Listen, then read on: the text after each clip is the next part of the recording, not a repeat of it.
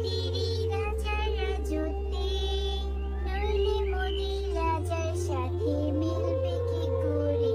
আমরা সবাই রাজা। লা লা লা লা লা লা লা লা। টুনি দিদি, তোমার বেগুন ক্ষেতের বেগুনের ফলন তো বেশ সুন্দর হয়েছে। হ্যাঁ খরগোশ, তোমাদের সকলের আশীর্বাদে বেশ ভালোই ফলন হয়েছে। তা তুমি এদিকে কোথাও যাচ্ছিলে নাকি?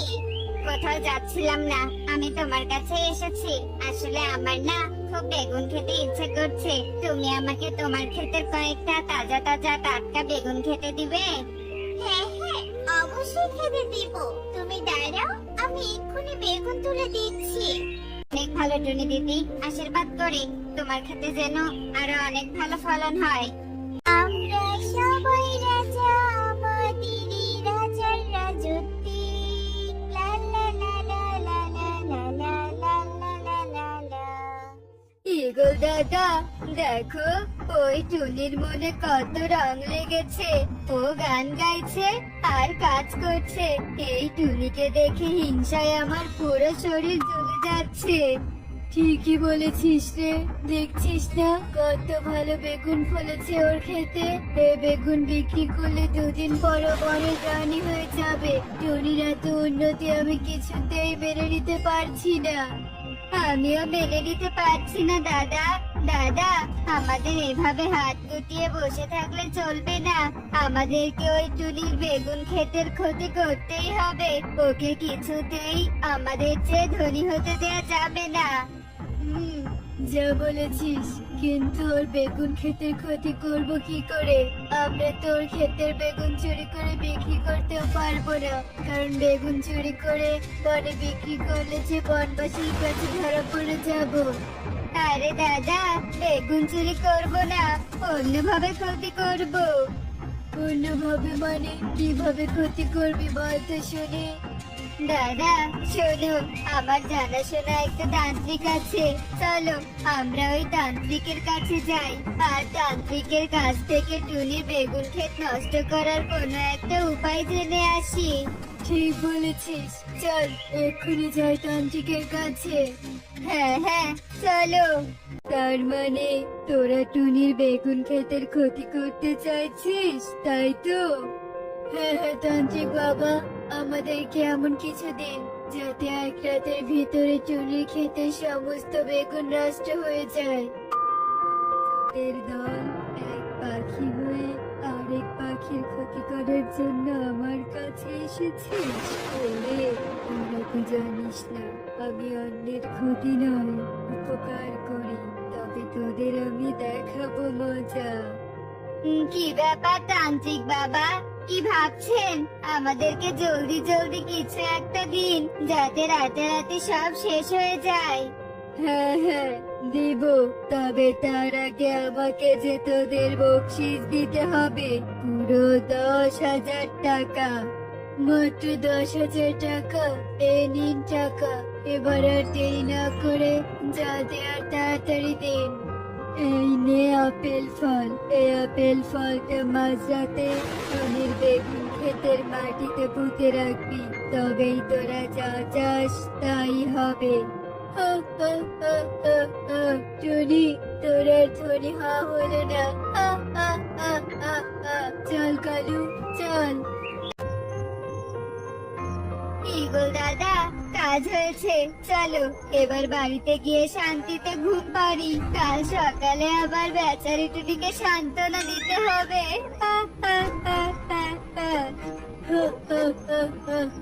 তুই অনেক হাস্যকর কথা বলেছিস রে কালু। চল। ওকে, আমি খেতে যাচ্ছি। তুই সময় মতো স্কুলে যাস। তোর ব্যাগ বই সব গুছিয়ে রেখেছি। আচ্ছা ঠিক আছে মা। দাদা, এসব কি দেখছি? টুনির ক্ষেতের তো কোনো ক্ষতি হয়নি। বেগুন গাছগুলোকে কাল যেমন দেখেছি আজকেও ঠিক তেমনই দেখছি।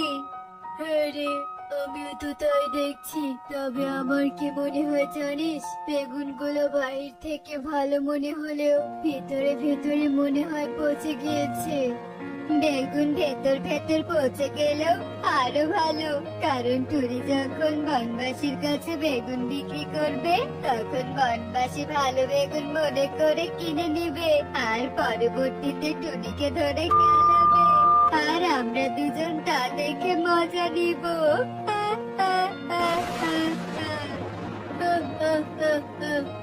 ঠিক ঠিক। বেগুনগুলো অনেক বড় হয়েছে, আজকে সব বেগুন তুলে বিক্রি করতে হবে, নয়তো পরে বেগুনে আবার বীজ হয়ে যাবে। যাই, বাড়ি থেকে ছুঁড়ে নিয়ে আসি।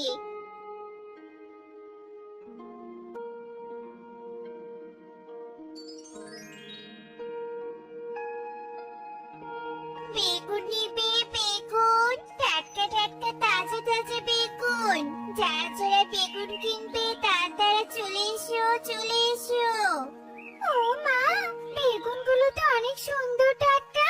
আমার মেয়ে বেগুন ভাজা খেতে অনেক ভালোবাসে। টনি, আমাকে 5 কেজি বেগুন দে তো। টনি বোন, আমাকে 5 কেজি বেগুন দে তো। হ্যাঁ দাদা দিদি, দিচ্ছি, একটু অপেক্ষা করো। টনি, বেগুন বিক্রি কর আর যত খুশি টাকা নে, তোর এই খুশি বেশিক্ষণ থাকবে না। আহ, আহ, আহ, আহ, আহ।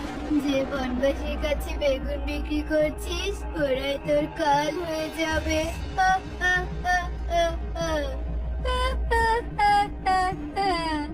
দাদা, পুরো একদিন হয়ে গেল, বনবাসী এখনো কেন জানি পচা বেগুন নিয়ে কোনো প্রতিবাদ করলো না। আরে এত ধৈর্য হোস না, মনে হয় পাখিরা এখনো বেগুন কাটেনি, আর একটা দিন দেখি কি হয়। বেশ ঠিক আছে। এতে তো আর বেশি বেগুন নেই, যাই ক্ষেতটা নতুন করে বেগুন চাষ করার জন্য প্রস্তুত করি। এ কি? আমি কি দেখছি? আমার জমিতে এত বড় ফলের গাছ কি করে হলো? তাও আবার ফল ভর্তি। হায় হায়, আমি স্বপ্ন দেখছি না তো? না না, এটা তো সত্যি সত্যি। এটা তো অসম্ভব। হায় রে, আমার মাথা তো কাজ করছে না। মনে হয় বিধাতা আমার দিকে তাকিয়েছে। যাই হোক, যা হয়েছে ভালোই হয়েছে।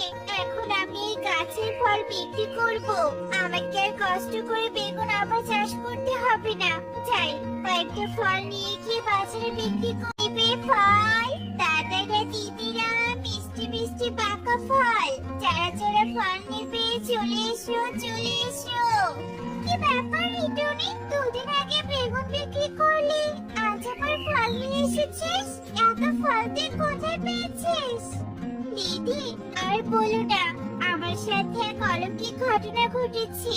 সকাল সকাল বেগুন খেতে গিয়ে দেখি আমার ক্ষেতের মাঝে আস্ত একটা ফল ভর্তি গাছ। আমি সেই গাছ থেকে ফল নিয়ে বিক্রি করতে এলাম।